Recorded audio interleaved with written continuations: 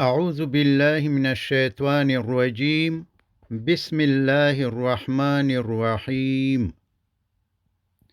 نن إن شاء الله د قرآن کریم د ترجمه دریم درس شروع کوو. ان شاء الله د البقره سورت د 4 آیات څخه شروع کوو. بسم الله الرحمن الرحيم. والذين يؤمنون بما أنزل إليك وما أنزل من قبلك وبالآخرة هم يوقنون. صدق الله العظيم. والذين او پرهیزگاران هاغه کسان دی یؤمنون چې ایمان راوړي بما په هغه کتاب یعنی قرآن کریم انزل چې نازل شوی دی الیکا تا اے محمد صلی الله علیه وسلم وما او په هغو کتابونو انزل چې نازل شوی دی من قبلک پخوا دستا څخه یعنی زبور په داود علیه السلام، تورات په موسی علیه السلام او انجیل په عیسی علیه السلام نازل شوی دی. وبالآخرة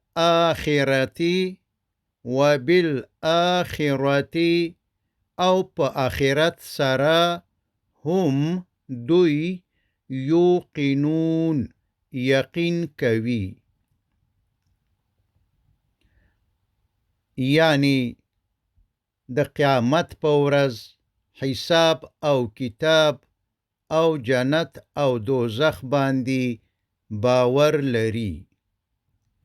اولئک دغه خلق علی هدن په هدایت باندې دی، یعنی په سمه لار دی، من ربهم د طرفه د رب خپل، و اولئک او دغه خلق هم دوی المفلحون کامیاب دی.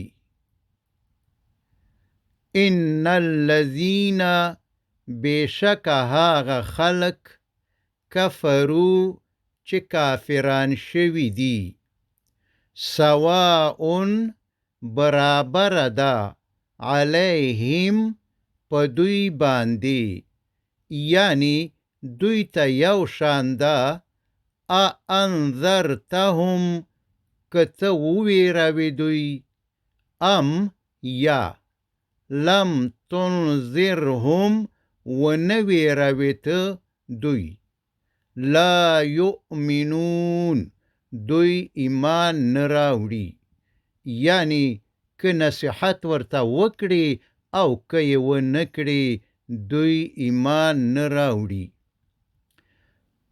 ختمه مهر لګولی الله تعالی علی په قلوبهم زړونو د هغوی، وعلا او په سمعهم غوږونو د هغوی، وعلا او په ابصارهم سترګو د هغوی غشاوتن یو پرده ده، ولهم او د هغوی د پاره عذاب دی عظیم ډیر لوی. دغلته لږ ښه متوجه شئ ځکه چې اکثرو خلکو ته شکونه پیدا کیږي او بعضې خو اعتراضونه کوي چې الله تعالی په زړونو مهر لګولی دی، نو بیا مونږ نه پوښتنه ولې کوي؟ نو انشاءالله که ښه په غور دغې خبرو ته غوږ ونیسئ، انشاءالله چې دا سوال به مو حل شي. د الله تعالی د حکمونو نه انکار او نه منل کفر دی.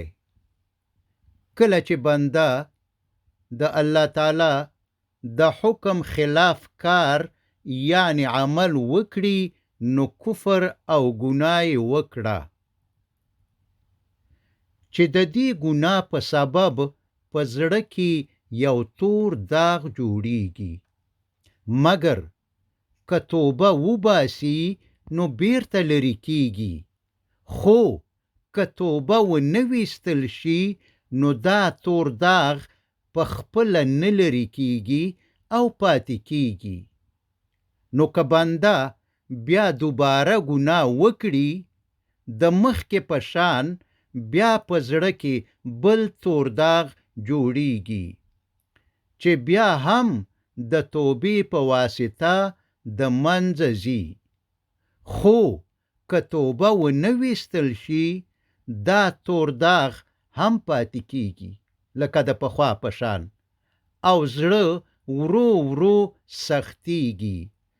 او که کفر او ګناه کول همداسې دوام وکړي او توبه ونه ویستل شي، بالآخره یو وخت راځي چې ټول زړه تک تور او دومره سخت شي چې نور نو د هدایت رڼا دننه نه ورننوځي. نصیحت او دعوت ور باندې اثر نه کوي. یعنی کله چې د بنده زړه دې مرحلې ته ورسیږي، نو که داسې کس ته دعوت ورکول شي او که ور نه کول شي، هغه نور ایمان نه راوړي. د زړه دا سخت او کلک حالت په قرآن کریم کې په 10 لقبونو سره یاد شوی دی، چې د دغو 10 لقبونو څخه یو لقب ختم یعنی مهر دی، چې د دوامداره کفر او ګناه کولو په سبب په زړه لګول کیږي. یعنی د دوامداره ګناه کولو او کفر په سبب د بنده په زړه مهر لګول کیږي، نه دا چې بنده ځکه کفر او ګناه کوي چې د هغه په زړه مهر لګیدلی دی. یو ځل بیا، یعنی د دوامداره ګناه کولو او کفر په سبب د بنده په زړه مهر لګول کیږي، نه دا چې بنده ځکه کفر او ګناه کوي چې د هغه په زړه مهر لګیدلی دی. لکه چې په همدې موضوع باندې په بل ځای کې فرمایي: بل طبع الله علیها بکفرهم، سورة النساء آیات 55. بلکې مهر لګولی دی الله تعالی په زړونو د دوی باندې په سبب د کفر د دوی. وصلى الله تعالى على خير خلقه محمد وآله وأصحابه أجمعين.